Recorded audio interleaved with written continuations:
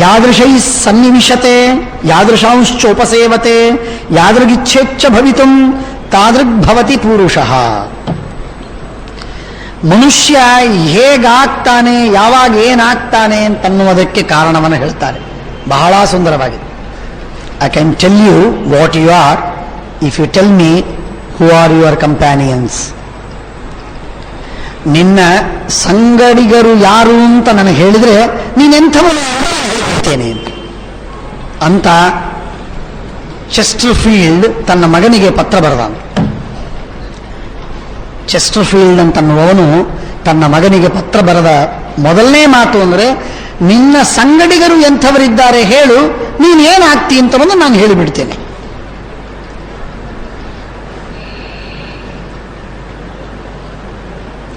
ಹಾಗೆ ಇದು ಹೇಳುವ ಮಾತು. ಯಾದೃಶೈ ಸನ್ನಿವಿಶತೆ, ಎಂಥವರ ಜೊತೆಗೆ ಮಲಗ್ತಾನೆ, ಕೂಡ್ತಾನೆ, ಇರ್ತಾನೆ, ಅದರಂತೆ ಆಗ್ತಾನೆ. ಅದರಂತೆ ಆಗ್ತಾನೆ, ವಿವಾದವೇ ಇಲ್ಲ.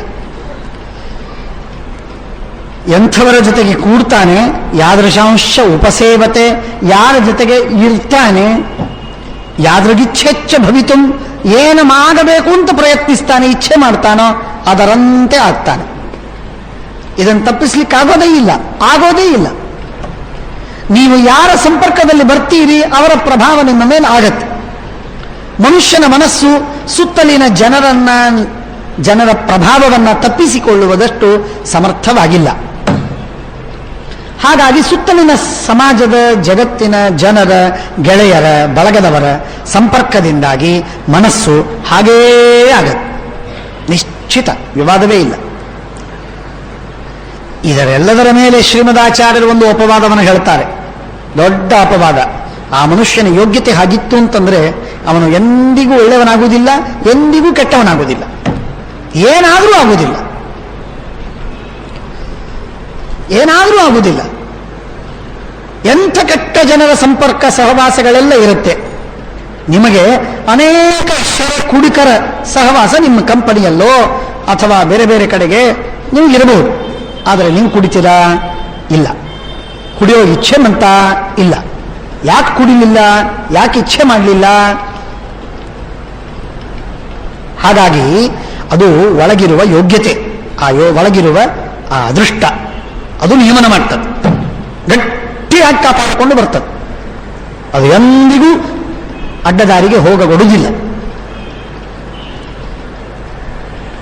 ಜನರ ಸಹವಾಸ ಪರಿಣಾಮವನ್ನು ಸಾಮಾನ್ಯವಾಗಿ ಎಕ್ಸ್ಪೋಸ್ ಆದ ಅಂತಂದರೆ ಅವನ ಮೇಲೆ ಗಾಢವಾದ ಪರಿಣಾಮವನ್ನು ಮಾಡ್ತದೆ, ಗಾಢವಾದ ಪರಿಣಾಮವನ್ನು ಮಾಡ್ತದೆ. ಪರಿಣಾಮವಾಗಿ ಅವನು, ಅದಕ್ಕಾಗಿ ಹೇಳ್ತಾರೆ, ಬಹಳ ದೊಡ್ಡ ದೊಡ್ಡ ಜನರನ್ನು ಕೂಡ ಕ್ರಿಮಿನಲ್ಸಿನ ಜೊತೆಗೆ ಜೈಲುಗಳಲ್ಲಿ ಇಡೋದು, ಹುಚ್ಚರ ಜೊತೆಗೆ ಅವರನ್ನು ಇಟ್ಟುಬಿಟ್ರೆ ಅವರು ಹುಚ್ಚರಾಗಿಬಿಡ್ತಾರೆ, 4 ದಿನದಲ್ಲಿ ಹುಚ್ಚರಾಗ್ತಾರೆ. ಹಾಗಾಗಿ ನಮ್ಮ ಮನಸ್ಸಿನ ಮೇಲೆ ಆ ವಿಧವಾದ ಪರಿಣಾಮಗಳೆಲ್ಲ ಆಗತ್ತೆ. ಅದಾಗಬಾರದು ಅಂತಾದರೆ ಒಳ್ಳೆ ಜನರನ್ನ ಪಿಕ್ ಅಂಡ್ ಚೂಸ್ ಅಂತಂದಾಗೆ ಭಾರಿ ಚೂಸಿ, ಯಾರು ಒಳ್ಳೆಯವರು, ಯಾರು ಸಾತ್ವಿಕರು, ಯಾರು ವಿಷ್ಣು ಭಕ್ತರು, ಯಾರು ಸದಾಚಾರಿಗಳು, ಯಾರು ನಿಷ್ಠಾವಂತರು, ಅಂಥ ಜನರ ಜೊತೆಗೆ ಮಾತ್ರ ಇರಬೇಕು. ಅದೇ ಮಾತುಗಳನ್ನು ಕೇಳ್ತೇವೆ, ಹೇಳ್ತೇವೆ, ವಾತಾವರಣದಲ್ಲಿ ಬೆಳಿತೇವೆ, ನಮಗೆ ಸನ್ಮಾರ್ಗ ಸಿಗತ್ತೆ. ಆದ್ದರಿಂದ ಅದಕ್ಕಾಗೇ ಹೇಳೋದು, ಉತ್ತಮರ ಸಂಘವನ್ನು ಎನಗಿತ್ತು ಸಲಹು ಚಿತ್ತಜಾಜನಕ ಮುರವೀರಿ ಶ್ರೀಕೃಷ್ಣ. ಒಂದು ದೇವರ ನಾಮ ಇದೆ, ದೇವರ ನಾಮ ಇದೆ, ಬಹಳ ಸುಂದರವಾದ ನಾಮ. ಅದು A to Z ಹೇಳಿದ ಮಾತದು. A to Z. ಮೊದಲನೇದ್ದೇನು ಅಂತಂದರೆ ಸಂಘವಾಗಲಿ, ಸಾಧು ಸಂಘವಾಗಲಿ. ಕೊನೆಯದೇನು ಅಂತಂದರೆ ಸಂಘದಿಂದ ಲಿಂಗದೇಹ ಭಂಗವಾಗಲಿ.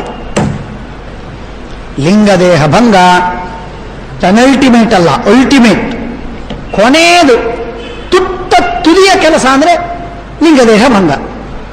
ಮೊಟ್ಟ ಮೊದಲಿನ ಕೆಲಸ ಅಂದರೆ ಸಾಧುಗಳ ಸಂಘ, ಸಜ್ಜನರ ಸಂಘ ಮೊದಲನೇದ್ದು, ಲಿಂಗದೇಹ ಭಂಗ ಕೊನೆಯದು. ದಾಸರು ಎರಡೂ ಮಾತುಗಳನ್ನು ಹೇಳ್ತಾರೆ, ಸಾಧು ಸಂಘವಾಗಲಿ, ಸಂಘದಿಂದ ಲಿಂಗದೇಹ ಭಂಗವಾಗಲಿ. ಆ ಸಂಘ ಅಷ್ಟು ಮುಂದಕ್ಕೆ ನಮ್ಮನ್ನು ಕರೆದೊಯ್ದೇ ಬಿಡುತ್ತದೆ. ಒಯ್ದೇ ಬಿಡ್ತದೆ. ವಿದ್ಯಾಪೀಠದ ಬಹಳ ದೊಡ್ಡ ಮಹಾತ್ಮರ ಚರಿತ್ರೆಗಳೆಲ್ಲ ಇಲ್ಲಿ. ವಿದ್ಯಾಪೀಠದ ಸಹವಾಸದಲ್ಲಿ ಬಂದಿರುವ, ಸಂಪರ್ಕದಲ್ಲಿ ಬಂದಿರುವಂತಹ ಜನ ಎಷ್ಟು ಮಾರ್ಪಾಡಾಗಿದ್ದಾರೆ ಅಂತಂದ್ರೆ, ಅವರ 10-12 ವರ್ಷದ ಅಥವಾ ಅವರಿಗೆ ವಿದ್ಯಾಪೀಠದ ಸಂಪರ್ಕ ಆಗುವುದಕ್ಕಿಂತ ಮುಂಚೆ ಇರುವ ಅವರ ವೃತ್ತಿಗೂ ವಿದ್ಯಾಪೀಠದ ಸಂಪರ್ಕ ಆದ ಮೇಲಿನ ಅವರ ವೃತ್ತಿಗೂ ಎಷ್ಟು ಪರಿವರ್ತನೆ ಆಗತ್ತೆ ಅಂತ ಅನ್ನೋದನ್ನು ಕಣ್ಣಾರೆ ನೋಡ್ಲಿಕ್ಕೆ ಸಿಗ್ತದೆ. ನೂರಾರು ದೃಷ್ಟಾಂತಗಳು, ಒಂದಲ್ಲ ಎರಡಲ್ಲ. ಪ್ರಗತಿಯಾಗುವುದಕ್ಕೆ ಇನ್ನೂ ಬೇಕಾದಷ್ಟು ಮೈಲುಗಳಿವೆ, ಅದರಲ್ಲಿ ವಿವಾದವಿಲ್ಲ. ಹೇಳುವ ತಾತ್ಪರ್ಯ, ಮನುಷ್ಯನಲ್ಲಿ ಪರಿವರ್ತನೆ ಆಗತ್ತೆ, ಅವಶ್ಯವಾಗಿ ಪರಿವರ್ತನೆ ಆಗ್ತದೆ. ಮಾಧ್ವ ಒಬ್ಬ ವ್ಯಕ್ತಿ, ಗೃಹಸ್ಥ, ಜೆ ಕೃಷ್ಣಮೂರ್ತಿಯವರ ಸಂಪರ್ಕದಲ್ಲಿ ಬಂದ. ಗ್ರಂಥಗಳ ಸಂಪರ್ಕ, ವ್ಯಕ್ತಿಯ ಸಂಪರ್ಕ ಅಲ್ಲ, ಗ್ರಂಥಗಳ ಸಂಪರ್ಕದಲ್ಲಿ ಬಂದ. ಇವತ್ತು ಅವರು ಹೇಳೋದೇನು ಅಂದರೆ, ಮಕ್ಕಳಿಗೆಲ್ಲ ಹೇಳಿ ಹೋದ ಮಾತು, ನೀವು ಸರ್ವಥಾ ಮಧ್ವಾಚಾರ್ಯರನ್ನು ನಂಬಬೇಡಿ, ಶಂಕರಾಚಾರ್ಯರನ್ನು ನಂಬಬೇಡಿ, ಯಾವ ತೀರ್ಥ ಶ್ರಾದ್ದಾದಿಗಳನ್ನು ಮಾಡಬೇಡಿ, ದೇವರ ಹತ್ರ ಹೋಗಬೇಡಿ, ನಮಸ್ಕಾರ ಮಾಡಬೇಡಿ. ಮಾಧ್ವರು ನಮ್ಮ ಮಠದವರೇ, ಏನು ಮಾಡಬೇಡಿ, ಎಲ್ಲ ಬಿಟ್ಟು ಬಿಡಿ. ನನಗೆ ಪೂರ್ಣ ವಿಶ್ವಾಸವಿದೆ, ಕೃಷ್ಣಮೂರ್ತಿಯವರು ಹೇಳುವ ಬೆಳಿಗ್ಗೆ ರಾತ್ರಿ ಹಗಲು ರಾತ್ರಿ ಅಖಂಡ ಕೃಷ್ಣಮೂರ್ತಿ ಹೇಳುವಂತಹ ವಾದಗಳನ್ನೇ ಹಾಕುವುದು, ಅದನ್ನೇ ಮನೆಯಲ್ಲಿ ವಾತಾವರಣ. ವಿಚಿತ್ರ ಏನು ಅಂದರೆ 40ನೇ ವರ್ಷಕ್ಕೆ ಅವರು ಪಂಡಿತರ ಸಹವಾಸದಲ್ಲಿ ಬಂದರು.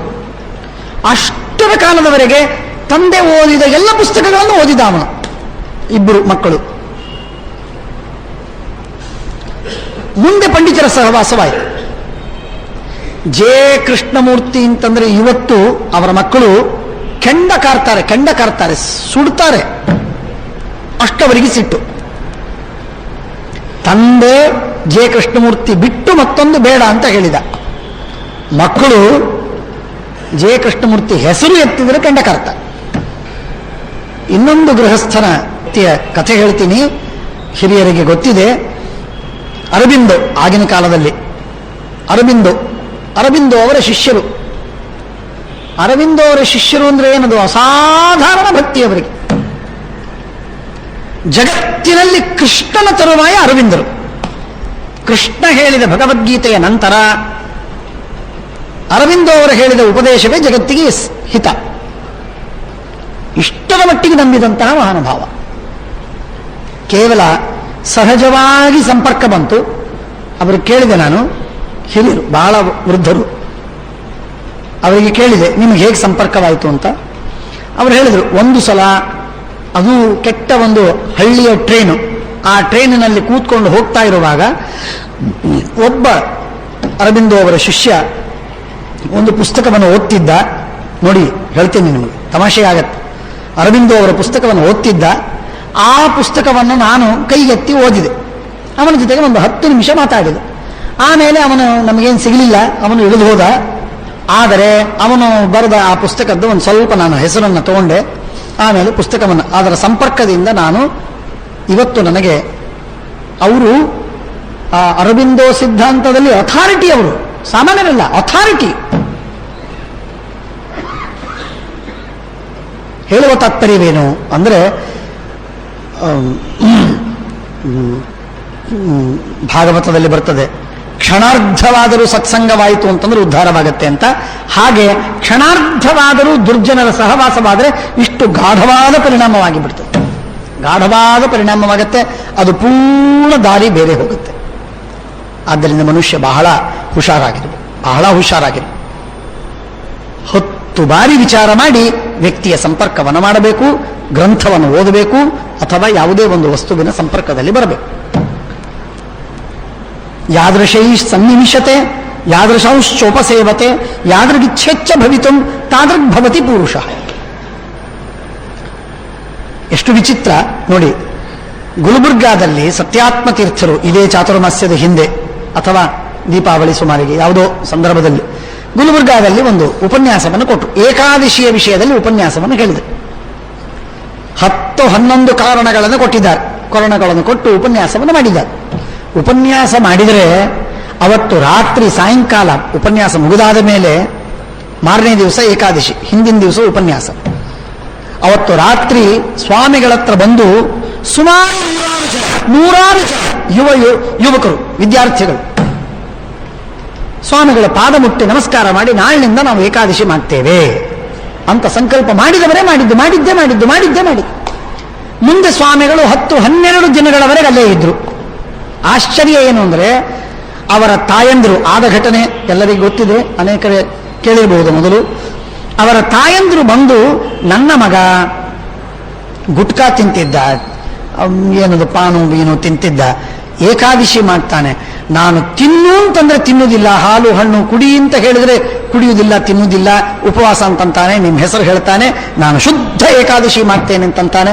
ಏಕಾದಶಿ ಮಾಡಿದ್ದಾನೆ, ಎಷ್ಟು ಉಪಕಾರ ಹೇಳಿದ್ರು ನಮಗೆ ಕೃತಜ್ಞತೆ ಹೇಳಿದ್ರು ಕಡಿಮೆ ಇದೆ ಅಂತ ಸಾಷ್ಟಾಂಗ ನಮಸ್ಕಾರ ಮಾಡಿದ ತಂದೆ ತಾಯಿಗಳ ಕಣ್ಣೀರು ಸಾಕ್ಷಿ ಅದಕ್ಕೆ.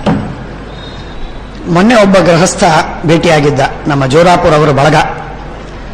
ಮೈಸೂರಲ್ಲಿ ಸ್ವಾಮಿಗಳು ಚಾತುರ್ಮಾಸ್ಯಕ್ಕೆ ಕೂತ್ಕೊಂಡಿದ್ರು. ಕೂತಿರುವಾಗ ಅವನಿಗೇನು ಒಂದು ಸ್ವಲ್ಪ ಸಂಪರ್ಕವಾಗಿದೆ, ಸ್ವಾಮಿಗಳ ಭೇಟಿಯಾಗಿದೆ, ಮಾತಾಡಿದ್ದಾನೆ. ಅವನು ಡಾಕ್ಟರು ಮೈಸೂರಲ್ಲಿ.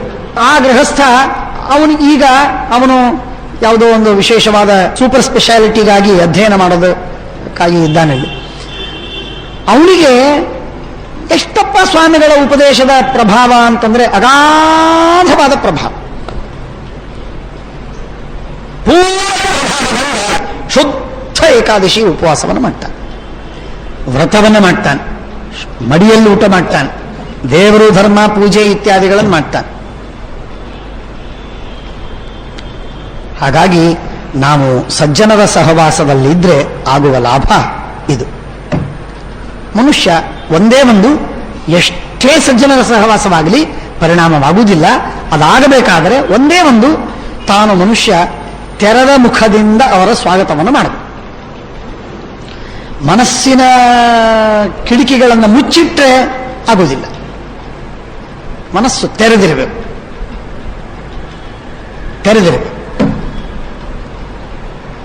ಅಂದ್ರೆ ಮಾತ್ರ ಪರಿಣಾಮ ಆಗತ್ತೆ, ಇಲ್ಲದಿದ್ರೆ ಪರಿಣಾಮವಾಗುವುದಿಲ್ಲ. ಇದೆಲ್ಲ ಬೇಕಾದಷ್ಟು ಮಾತುಗಳನ್ನು ಕೇಳ್ತೇವೆ. ಯಥೋ ನಿವರ್ತತೆ ತತಸ್ತೋ ವಿಮುಚ್ಯತೆ ನಿವರ್ತನಧ್ಯ ಸರ್ವತೋ ನವೆತ್ತಿ ದುಃಖಮಣ್ಣಪಿ. ಮನುಷ್ಯ ಎಷ್ಟೆಷ್ಟು ವಸ್ತುಗಳಲ್ಲಿ ಅಭಿಮಾನ ಹೊಂದುತ್ತಾನೆ, ಸಂಪರ್ಕವನ್ನು ಮಾಡ್ತಾನೆ, ಅವುಗಳ ಜೊತೆಗೆ ಸಹವಾಸದಲ್ಲಿ ಇರ್ತಾನೆ, ಅಭಿಮಾನ ಬೆಳೆಯುತ್ತೆ, ಮೋಹ ಹೆಚ್ಚಾಗ್ತದೆ, ಅಷ್ಟಷ್ಟು ಅವನಿಗೆ ದುಃಖ. ಎಷ್ಟೆಷ್ಟು ವಸ್ತುಗಳಿಂದ ತಾನು ವಿಡ್ರಾ ಮಾಡ್ತಾನೆ, ಹೋಗ್ತಾನೆ, ಅವನಿಗೆ ಅಲ್ಲಿ ಸಮಸ್ಯೆಗಳಿಲ್ಲ. 10 ಸಂಸ್ಥೆಗಳಲ್ಲಿ ಕೆಲಸ ಮಾಡ್ತಿರ್ತಾನೆ, ಅಲ್ಲಲ್ಲಿ ಆಗುವಂತಹ ಜಗಳ, ಅಸಮಾಧಾನ, ವೈಮನಸ್ಯ, ವಿರೋಧ ಎಲ್ಲವೂ ತಲೆಗೆ ಪೀಡೆ ಅಖಂಡ ತೊಂದರೆ. ಎಷ್ಟೆಷ್ಟು ಆ ಸಂಸ್ಥೆಗಳೋ, ಸಂಘಗಳೋ, ಸಹವಾಸಗಳೋ, ಸಂಪರ್ಕವೋ, ಆ ಮಮತೆಯೋ, ಮೋಹವೋ ಬಿಡ್ತಾ ಹೋಗ್ತಾನೆ, ಅಷ್ಟಷ್ಟು ನಿಶ್ಚಿಂತ. ಹಾಗಾಗಿ ಯಥೋ ನಿವರ್ತತೆ ತತಸ್ತೋ ವಿಮುಚ್ಯತೆ ನಿವರ್ತನಾಧ್ಯ ಸರ್ವತೋ ನವೆತ್ತಿ ದುಃಖಮನ್ನಪಿ. ಯಾವ ಮನುಷ್ಯ ಎಲ್ಲದನ್ನೂ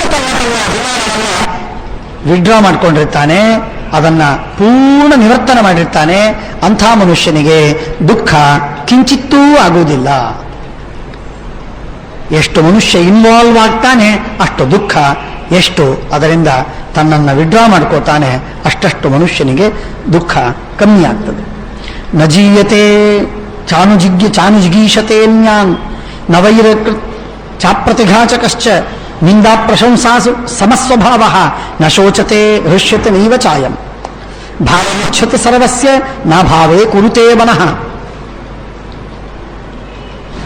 ಇನ್ನೊಂದು ಉತ್ತಮವಾದ ಶಕ್ತಿ, ಬಹಳ ಉತ್ತಮವಾದ ಶಕ್ತಿ.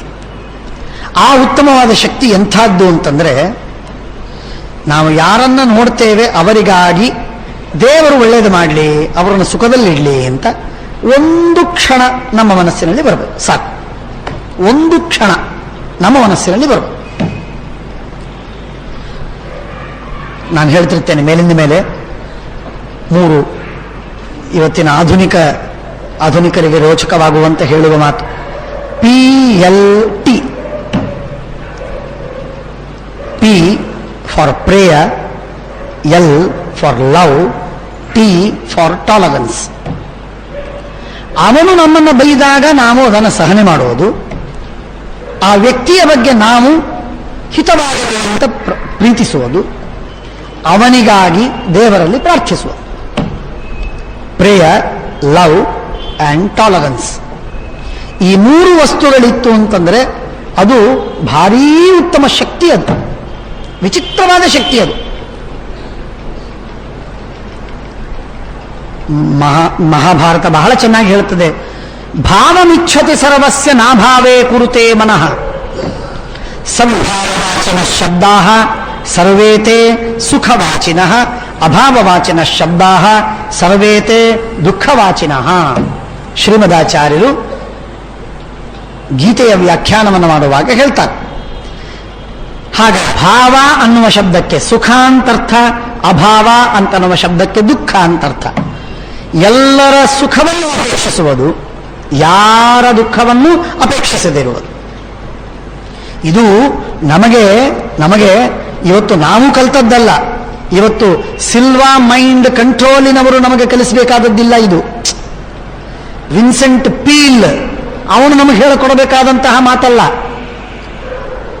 ಆಧುನಿಕ ಏನು ಗುರುಗಳಿದ್ದಾರೆ ಇವರು ನಮಗೆ ಹೇಳಬೇಕಾದದ್ದಿಲ್ಲ.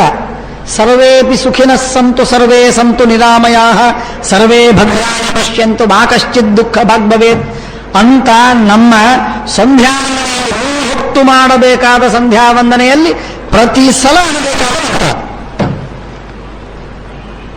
ವಿಶೇಷವಾಗಿ ಪ್ರಾರ್ಥನೆ. ಮತ್ತೊಂದು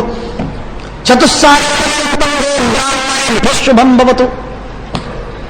ನಮ್ಮ ಗೋತ್ರೋಚ್ಚಾರಣೆ ಮಾಡುವುದಕ್ಕಿಂತ ಮುಂಚಿತವಾಗಿ ಮೊದಲಿಗೆ ಇದನ್ನು ಪ್ರಾರ್ಥನೆ ಮಾಡಿ ಆಮೇಲೆ ಇಂಥವನು ನಾನು ಸ್ವಾಮಿ, ನನ್ನ ಅಪ್ಲಿಕೇಶನ್ ಕೆಳಗೆ ಅಂಡರ್ಸೈನ್ಡ್ ಯಾರು ಅಂದ್ರೆ ಇಂಥ ಆತ್ರೇಯ ಅರ್ಚನಾನ ಸಶ್ಯಾವಾಶ್ವೇತಿ ತ್ರಿಪ್ರವರಾನ್ವಿತವಾದ ಇಂಥ ಗೋತ್ರದಲ್ಲಿ ಹುಟ್ಟಿದ ನಾನು, ನನ್ನ ಹೆಸರು ಇಂಥದ್ದು ಅಂತ ಹೇಳಿ ನಾನು ಅಪ್ಲಿಕೇಶನ್ ಕೊಡ್ತೇನೆ. ಹಾಗಾಗಿ ನಿತ್ಯ ಇದು ಪ್ರಾರ್ಥನೆ ಇದೆ. ಸಾಮಾನ್ಯವಾಗಿ ಈ ಪ್ರಾರ್ಥನೆಯನ್ನು ನಾವು ಮಾಡಬೇಕು. ಭಾವನೆ ಮನಃ, ಎಲ್ಲರಿಗೆ ಹಿತವಾಗಲಿ ಒಳ್ಳೆಯದಾಗಲಿ ಅಂತ ಅಪೇಕ್ಷೆ ಪಡಬೇಕೇ ಹೊರತು ಯಾರು ಕೆಟ್ಟದ್ದಾಗಲಿ ಅಂತ ಮನಸ ಎಂದಿಗೂ ಅಪೇಕ್ಷೆ ಪಡಬಾರದು. ಎಂದಿಗೂ ಅಪೇಕ್ಷೆನೇ ಪಡುವುದಿದೆ, ನೀನು ಮಾಡುವುದಂತೂ ಅಲ್ಲ. ಹಾಗಾದರೆ ಕೆಟ್ಟ ಮನುಷ್ಯನಿಗೂ ಸದ್ಬುದ್ಧಿ ಬರಲಿ ಅಂತ ಯಾಕೆ ಅಪೇಕ್ಷೆ ಪಡಬಾರದು? ನಿನಗೇನು ಗೊತ್ತು ಅವನ ಸ್ವರೂಪ. ಹಾಗಾಗಿ ಕೆಟ್ಟದ್ದಾಗಲಿ ಅಂತ ಅಪೇಕ್ಷೆ ಪಡುವುದಕ್ಕೆ ನಿನಗೆ ಅಧಿಕಾರ ಇಲ್ಲ, ದೇವತೆಗಳಿಗೆ ಅಧಿಕಾರವಿದೆ, ನಿನಗಲ್ಲ.